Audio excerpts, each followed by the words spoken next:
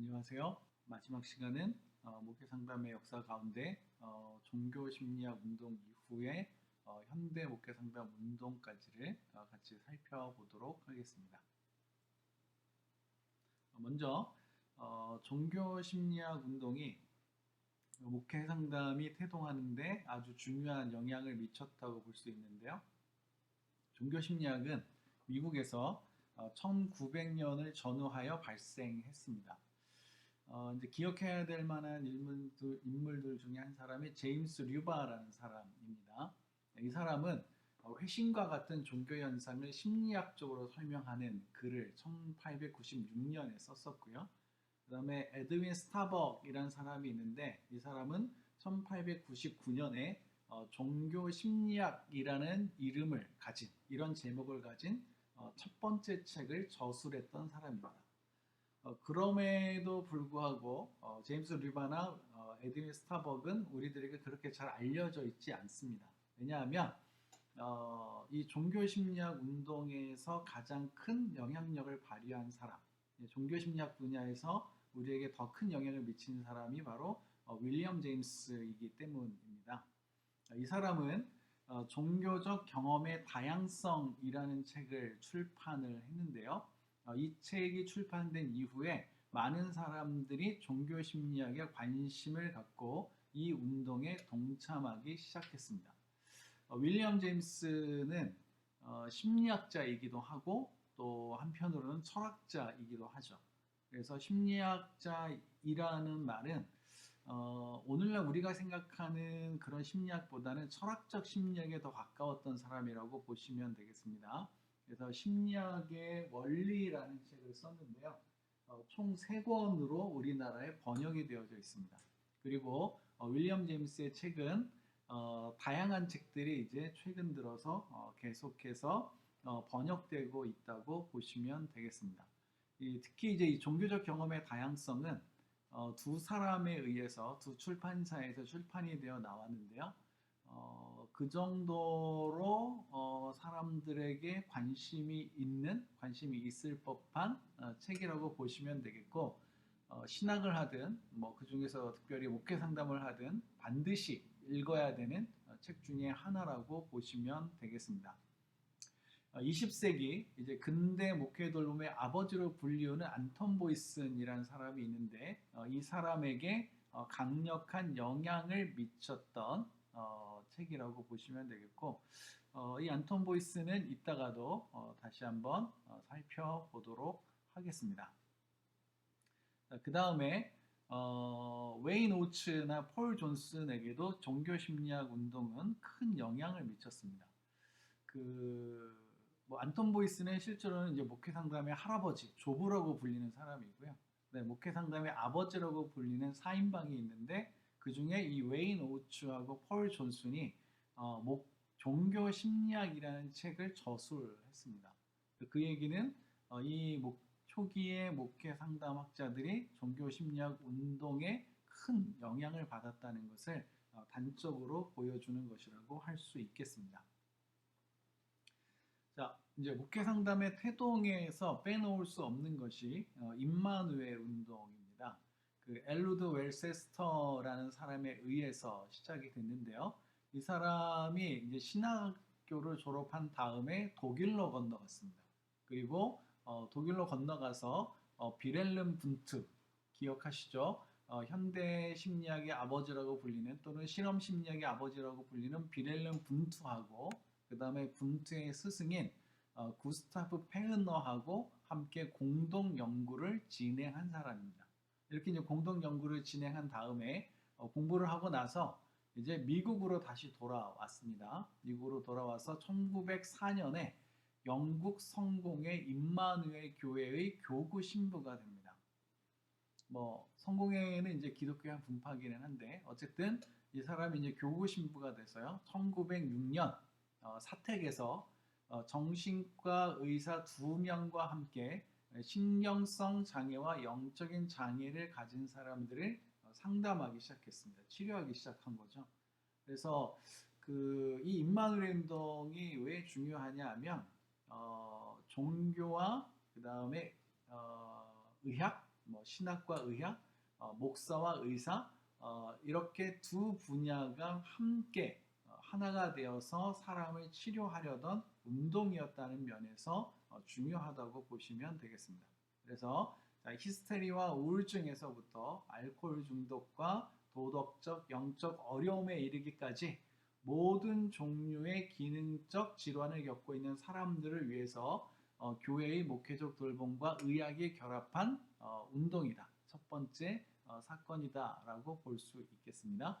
자, 의학과 종교 그리고 의사와 목회자 사이의 중요한 연대 활동이라고 할 수 있는데요. 이 운동은 초기 자유주의, 자유주의 교파의 교회로 급속하게 퍼져 나갔습니다. 그 목회 상담은 어쩔 수 없이 그 보수적이기보다는 자유적일 가능성이 높습니다. 대부분의 신학이 위로부터의 신학입니다. 위로부터의 신학이라는 것은 교회 중심이고 또 하나님 중심이고 성경 중심이고 뭐 이렇게 볼 수 있겠죠.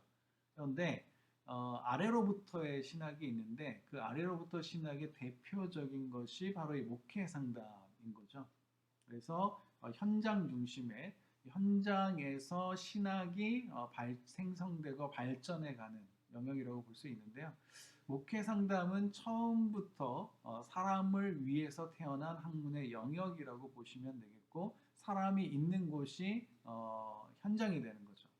현장이 되는 거고 또 그러다 보니까 어쩔 수 없이 좀 더 인간에게 관심을 가지고 있는 특히 이제 심리학이라는 영역과 정신치료라는 영역과 연결이 되어 있기 때문에 목회 상담은 신학적으로 굳이 따지자면 자유주의에 더 가까운 영역이라고 볼 수 있습니다. 그렇다고 해서 목회 상담의 자유주의 신학이냐 그건 아니죠. 네, 그건 아닙니다. 어쨌든 이 임마누엘 운동은 이 정신적인 문제와 영적인 문제를 갖고 있는 사람을 그냥 의사들에게 맡겨둔 것이 아니라 목회자들이 관여해서 같이 치료하기 시작한 첫 번째 운동이다라고 보시면 되겠습니다. 20세기 초반에 20년 동안 왕성했다고 보고요. 30년대에는 쇠퇴했고 40년대에는 완전히 사라졌다. 이렇게 기록에 나와 있는데 뭐 실제적으로는 뭐 그때만 있는 것은 아니고 오늘날에도 이런 움직임이 없는 것은 아니다. 이렇게 여러분들이 기억하고 계시면 되겠습니다. 자, 이제 중요한 영역 중에 하나가 임상목회 교육입니다. 임상목회 교육, 흔히 우리가 CP라고 부르는데요. 이 임상목회 교육은 안톤 보이슨에 의해서 시작이 됐습니다. 안톤 보이슨은 감리교 목사고요. 이 사람은 이제 정신분열증으로 입원과 퇴원을 되풀이한 경험을 가지고 있습니다. 그래서 그 이제 병원에 입원을 해서 이제 그 치료를 받다가 의사들의 인턴 제도를 직접 목격을 했습니다. 그래서 의사가 되기 전에 이런 과정을 거치는 거구나 라는 것을 보고 나서 이것을 신학교육에 도입하면 참 좋겠다라는 생각을 하게 되죠. 그리고 나서 이제 그 병원에서 퇴원한 다음에 리차드 캐벗이라는 사람과 또 신학교육에서 중요한 위치를 차지하고 있던 사람들의 지지로 매사추세츠 우스터 주립정신병원의 원목이 됩니다. 그러니까 이 사람이 했던 일은 뭐냐면 이 신학생들을 병원으로 데리고 와서 거기서 신학생들을 훈련하는 거였던 거죠.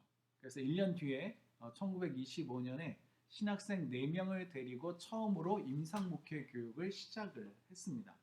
그래서 의사들이 이제 회진을 하면 보이슨과 이 신학생들이 또 같이 또 따로 이렇게 회진을 하면서 돌아다니면서 그 사람들과 대화하고 그 사람들을 돌보고 돌아와서 그것을 추억으로 작성하고 그것을 가지고 서로 슈퍼비전을 하고 나누는 그런 모임이라고 그런 활동이라고 보시면 되겠습니다. 자, 학생들과 함께 살아있는 인간 문서를 읽고 돌보는 일에 열심을 냈던 사람이다. 이렇게 이제 안톤 보이슨을 정의할 수 있는데요. 안톤 보이슨은 목회 상담에서 또 하나 중요한 역할이 뭐냐면 이 살아있는 인간 문서라는 개념을 이야기했다는 겁니다. 자, 환자를 환자로 보지 말고 환자를 환자로서 만 대하지 말고 성경을 대하듯이 우리가 성경을 대하듯이 그런 마음으로 이 환자를 대하자 이겁니다. 그리고 이 사람을 환자를 그렇게 대함으로써 우리가 성경을 읽고 해석하듯이 이 사람을 읽고 해석하고 이해해야 된다라고 말했던 사람이 이 안톤 보이스입니다. 그래서 이 살아있는 인간 문서라는 개념은 이제 후기에 이제 들어오면서 80년대 들어오면서 해석학을 하는 사람들과 밀접하게 관련이 돼 있고요.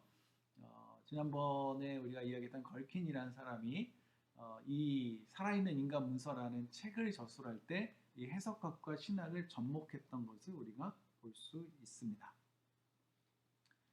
자,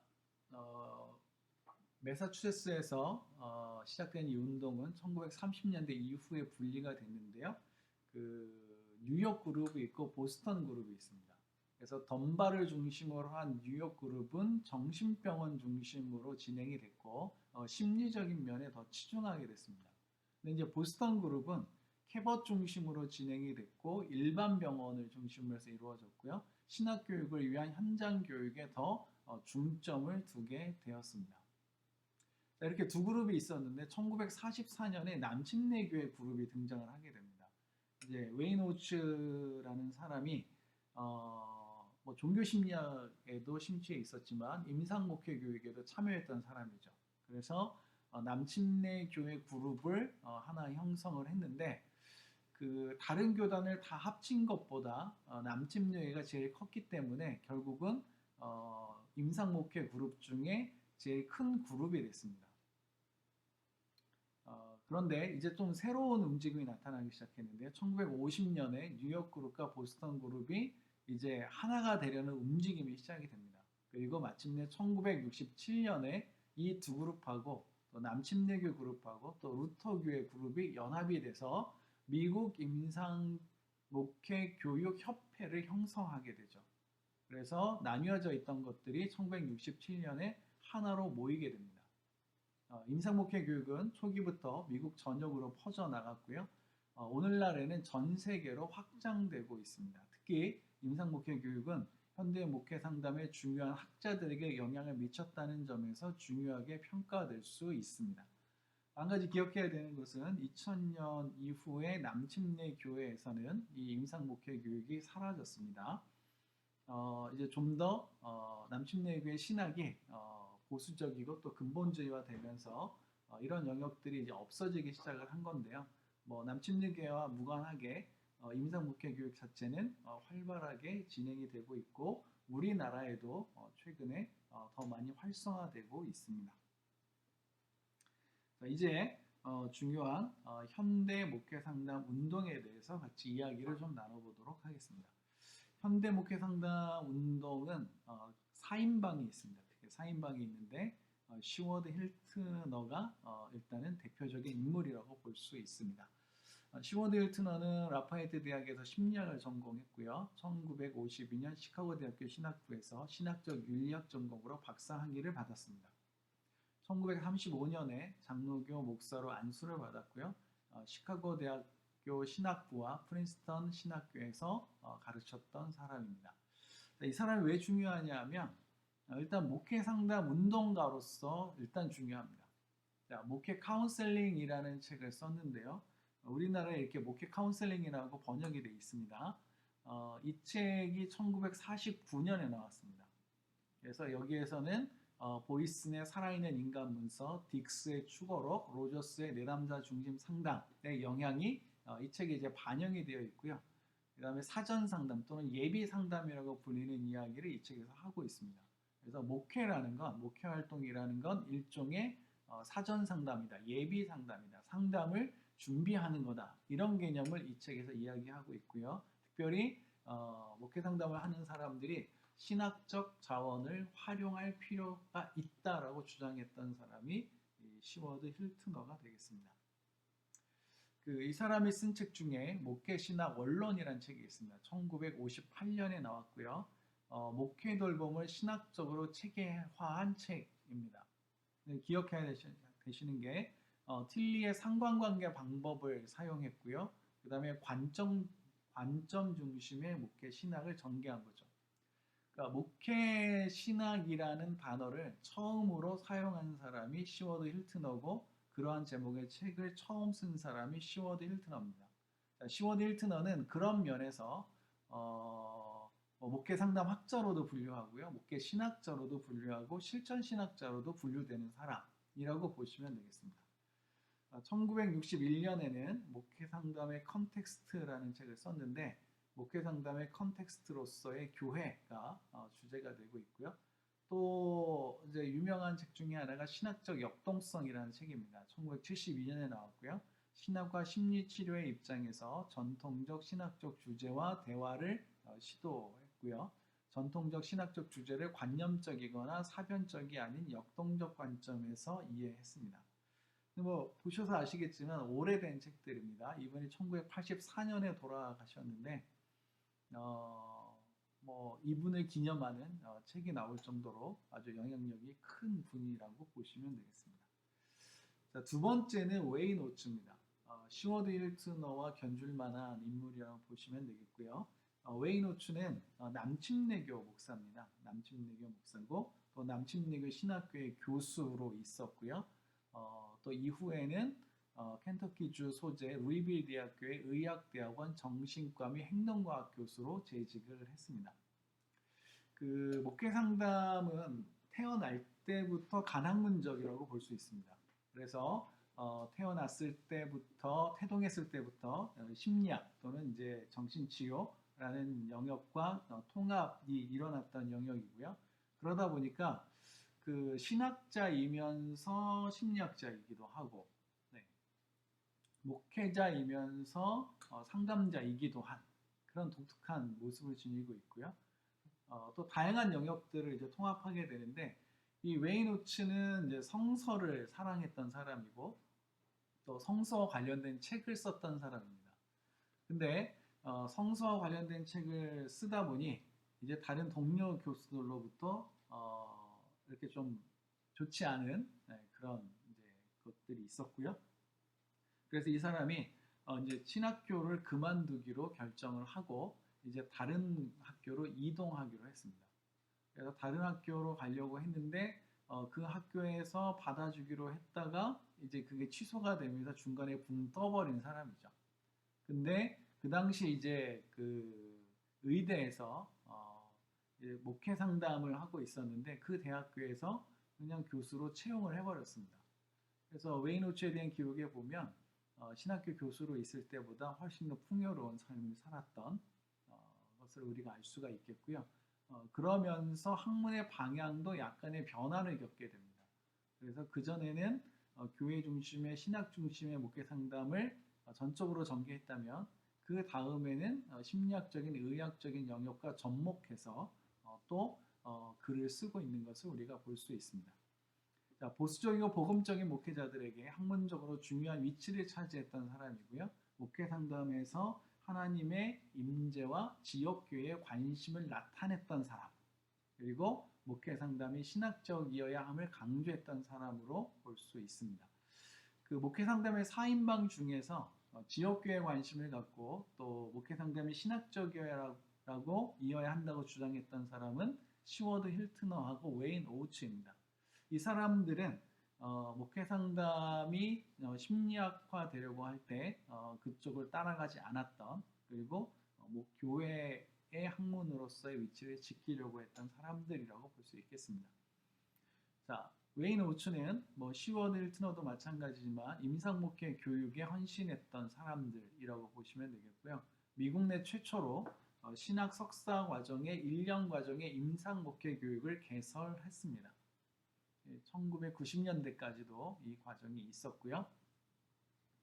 자, 오우츠의 목회 상담의 특징을 보면 복음 사역이라고 본 겁니다. 네. 목회 상담은 복음 사역이다 이렇게 봤고요. 또 신학의 우선성에 기초한 목회 상담을 전개했던 사람입니다. 신학이 우선이 되어야 한다 이런 주장을 했던 사람이고요. 또 목회 상담은 교회 사역이다라고 정의했던 사람이라고 볼 수 있습니다. 그래서 목회 상담이 전문화되는 것, 정신치료처럼 심리치료처럼 그런 영역이 되는 것에 대해서 반대했던 사람이고요. 목회 상담 자격증도 반대했던, 그래서 목회 상담은 교회 사역으로서 제한하고자 했던 그런 사람이라고 볼 수 있겠습니다.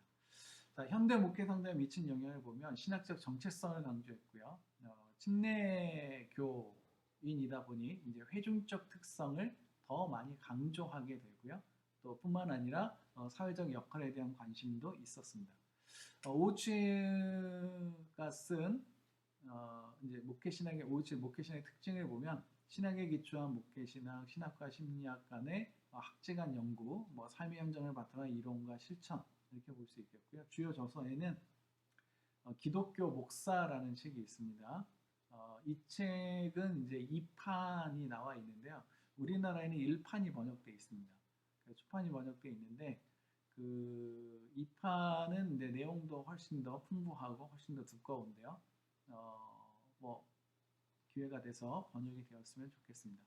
그리고 프로테스탄트 목회 상담이라는 책도 나왔는데 아직 번역이 되어 있지는 않습니다. 그래서 침례교인으로서 내가 목회 상담을 하는 사람이다 라면 읽어봐야 되는 책이고요. 또 침례교를 넘어서 다른 교단에서도 이 웨인 오츠의 책은 교과서처럼 읽히고 있습니다. 그래서 여러분들이 시간이 된다면 이런 책들을 읽어보면 좋겠습니다. 자, 이제 목회 상담 운동에서 세 번째와 네 번째는 감리교 목회자들입니다. 캐롤 와이즈는 이제 감리교 목사였고요. 보이슨의 뒤를 이어서 웰세스터 정신병원의 원목이 되었던 사람이고요. 후에 시카고 근교의 게레신학교에서 최초의 목회 신학과 상담 교수가 되었습니다. 이 사람은 미국 목회 상담협회 창설자 가운데 한 명입니다. 이제 이 미국 목회 상담협회가 목회 상담 전문가를 양성하는 거죠. 목회 치료자를 이제 양성한 이제 만드는 기관이었는데 최근까지 진행이 되다가 이제는 이제 더 이상 자격증을 발급하지 않습니다. 이 캐롤 와이즈가 중요한 이유가 있는데요. 우리나라의 그 목회 상담학 책, 최초의 목회 상담학 책이 번역된 책이 이 사람 책입니다. 이제 목회 문의학이라는 책이 번역이 됐는데 이 책의 저자인 거죠. 그리고 이제 또 번역된 책으로는 목회학 원론이라는 책이 있습니다. 패스토럴 케어의 의미라고 번역이 됐는데 이것도 두 사람에 의해서 이제 번역이 되어져 있습니다. 이 사람이 이제 우리가 생각하는 신학적인 목회 상담을 전개했다는 사람은 아니지만 그렇다고 해서 이 사람의 글이 우리가 읽지 말아야 되는 그런 책이 아니고요. 이 사람의 쓴 책을 읽어보시면 여러분들 개인에게도 도움이 되고 목회하는 데도 많은 도움이 됩니다. 그래서 캐롤 와이즈의 책이 번역되어 있으니 여러분들이 꼭 사서 보시면 좋겠습니다. 자, 이제 마지막으로 폴 존슨이라는 사람인데요. 이 사람도 감리교 목사입니다. 아까 말씀드린 것처럼 종교심리학이라는 책을 썼던 사람이고 그 책이 번역되어져 있습니다. 그래서 꼭 읽어보시면 좋겠습니다. 그 웨인 오츠도 종교심리학이라는 책이 번역되어 있는데 꼭 읽어보시고요. 이 사람은 보스턴 대학교 신학부 종교심리학과 교수였고 또 보스턴 대학교 최초의 목회 상담 교수였고요. 보스턴 대학교의 임상 목회 교육을 설치하고 또 이후에 임상 목회 교육 기관들이 통합하는 데도 큰 공헌을 했던 사람입니다. 이 사람이 쓴 책 중에 목회 돌봄의 심리학이라는 책이 있는데 아직 번역되지는 않았습니다. 두꺼운 책이고요. 오래됐고 어쩌면 이제 지금은 큰 의미가 없어서 번역이 안 되었을 수도 있는데 감리교에 있는 분들이 좀 번역했으면 좋을 법한 그래서 한 번 정도는 우리가 읽어볼 만한 책이라고 볼 수 있겠습니다. 자, 이렇게 해서 목회 상담의 역사에 대해서 쭉 살펴봤는데요. 이제 안톤 보이슨이라는 사람이 일단 중요하다는 거 기억해 두시고요. 목회 상담의 할아버지격이고 그 다음에 4인방의 이름도 좀 기억해 두시면 좋겠고 또 몇 가지 운동들이 있었죠. 여러분들 이것까지 기억해 두시면 목회 상담에 대한 기본적인 역사는 이제 다 공부했다고 할 수 있겠습니다. 강의 듣느라고 수고 많으셨습니다. 이상으로 마치도록 하겠습니다.